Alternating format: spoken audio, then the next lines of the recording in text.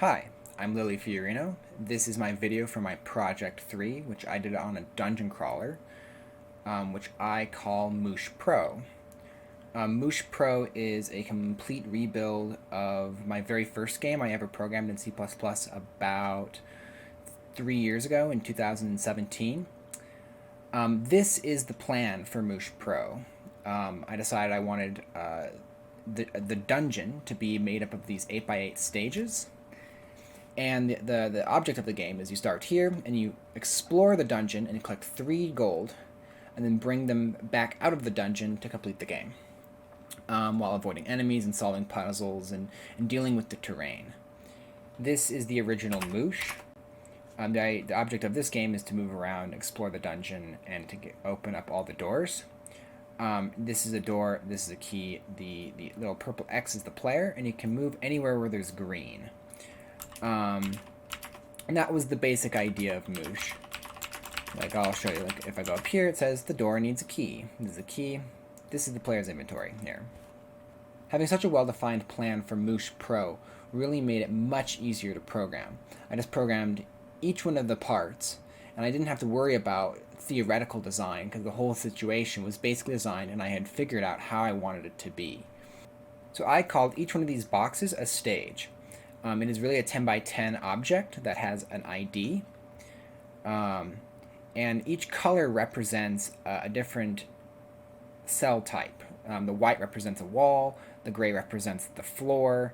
Like here, where it's purple, it represents reverse cells, where if this player is standing there, it reverses the controls. This is an enemy oscillating. This is the gold, this is a key, and this is a door.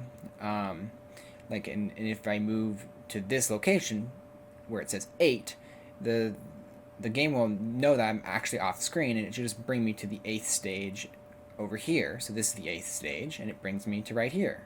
So the first thing that I did when designing this game was I took that initial plan, and I took the first couple stages, and I transcribed them into this text file, which I call the test dungeon, which I never did rename.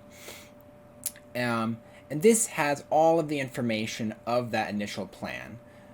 These are the enemy paths, these are the stages as they are.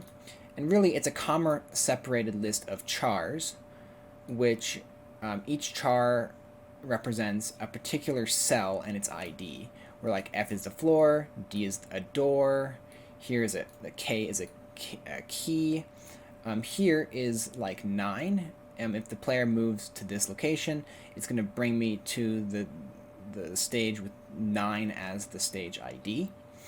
The next thing I did was I implemented the way the world operates, and the dungeon itself is a collection of stages, and the stages are a collection of cells. And the cells themselves, the cell header is 2 classes. It's the basic cell type, and then it's a struct of cell types.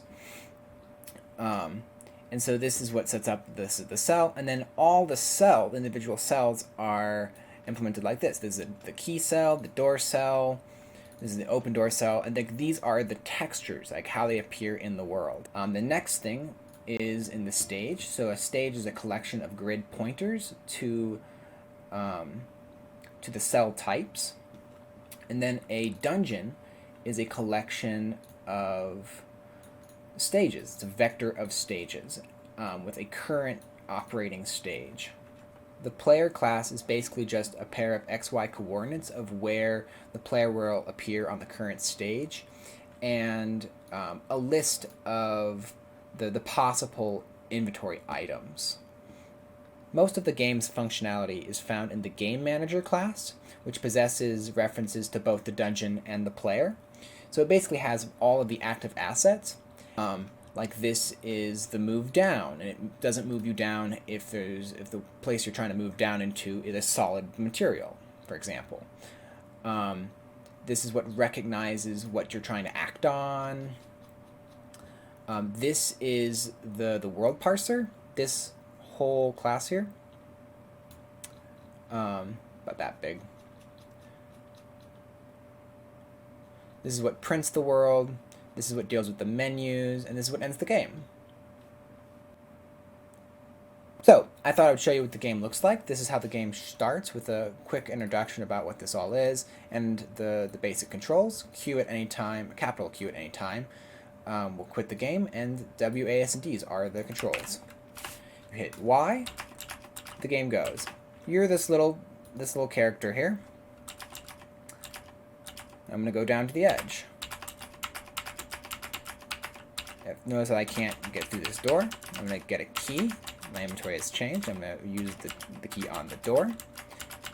I'm going to get another key. I'm going to go this way. This reverses the controls. That's an enemy, which I will get into a battle with. There's a 50-50% chance that I'll attack first or it will attack first. I caught the enemy by surprise. What are you going to do? I'm going to attack it. It attacked. I defeated the enemy. We both attacked at the same time with a 50-50% chance. But I killed it. And it's gone. I'm going to get this key. Move across this door. This is a one-way door. I'm in an enemy. I defeated the enemy. That's a gold, that item I just moved into. This is a TNT item. I'm going to blow up this block right here. It failed once, but there you go.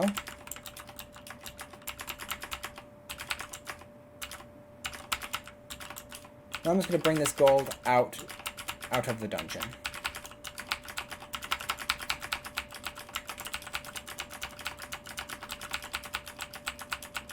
And into this item. And you can see that this updated to show that there's 1 gold in this item. Once there's 3, the game will end.